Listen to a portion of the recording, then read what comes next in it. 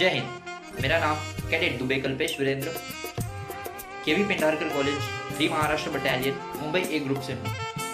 Indian army के soldiers का बड़ा ही गौरवशाली इतिहास रहा है। न जाने कितने वीर जवानों ने इस देश के लिए अपनी जान शहीद किया है, और इन्हीं वीर जवानों में से एक जवान है मेजर शैतान सिंह। इन्होंने इंडिया चाइना 1962 के युद्ध में बड़े ही बहादुरी से चाइना का सामना करते हुए अपनी जान कुर्बान की, और इनके सैनिक दल में सभी सैनिकों ने बड़े ही बहादुरी से चाइनीज सैनिकों का सामना किया।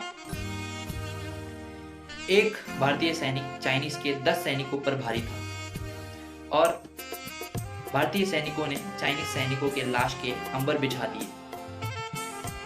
चलिए जानते हैं क्यों इस युद्ध को इतिहास में सबसे बड़ा युद्ध माना गया है।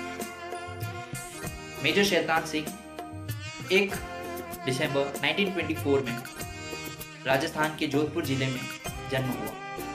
इनके पिताजी लेफ्टिनेंट कर्नल हेम सिंह भट्टी भी सैन्य में अधिकारी रह चुके थे। मेजर शैतान सिंह का भी सपना था कि वे भी अपने पिता की तरह इस देश के लिए कुछ कर दिखाएं, और उन्होंने किया।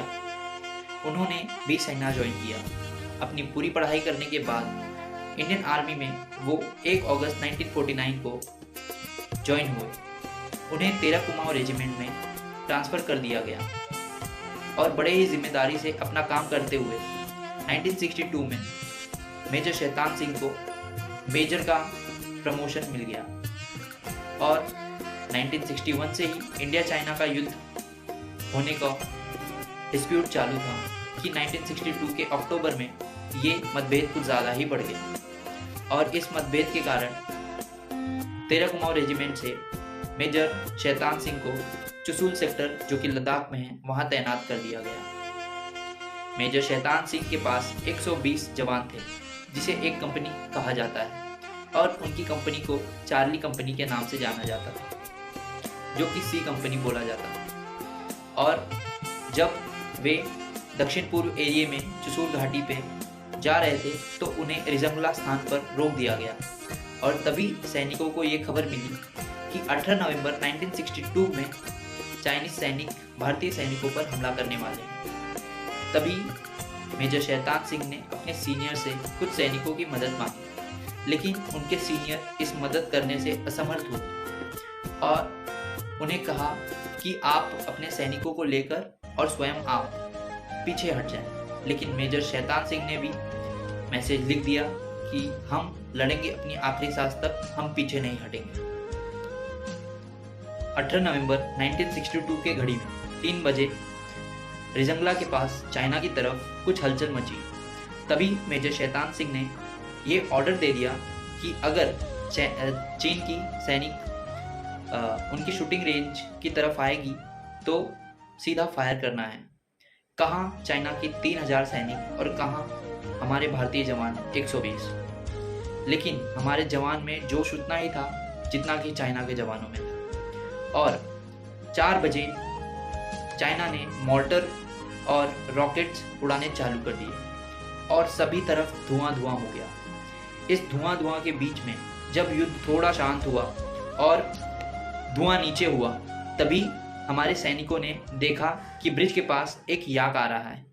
हमारे सैनिकों ने सोचा कि ये अल्फा कंपनी का याक है, जो कि भारतीय कंपनी है, पर जब दूरबीन लगाकर देखा तब पता चला कि ये याक चाइना की कंपनी का है, जो और आर्म्स एंड एमिनेशंस ला रहे हैं हमें मारने के लिए। तब भी मेजर शैतान सिंह लड़ते रहे, और बड़ी बहादुरी से उनका जोश कम नहीं हुआ।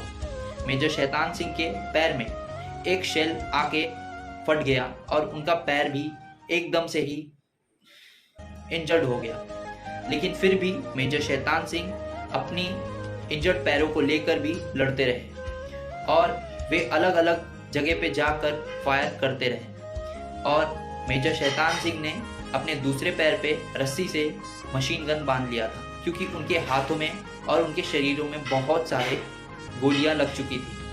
इस गोली लगने के बावजूद भी मेजर शैतान सिंह लड़ते रहे, और एक बड़ा सा बस्ट उनके पेट पे आके लगा, और वो शहीद हो गए।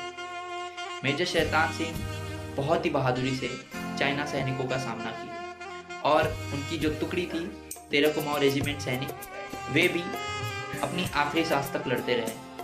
और जब 3 महीने बाद बर्फ गली तो ये मिला कि मेजर शैतान सिंह के पैरों में वो रस्सी से मशीन गन तब भी बांधा हुआ था और सब सैनिकों ने अपने आखिरी बुलेट तक वो बंदूक फायर किया था और इसे इतिहास का वन ऑफ द ग्रेट युद्ध बोला गया है।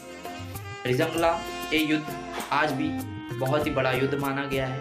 अगर ये युद्ध ना होता तो शायद चाइना आज कारगिल और लेह पर अपना कब्जा जमा चुका होता।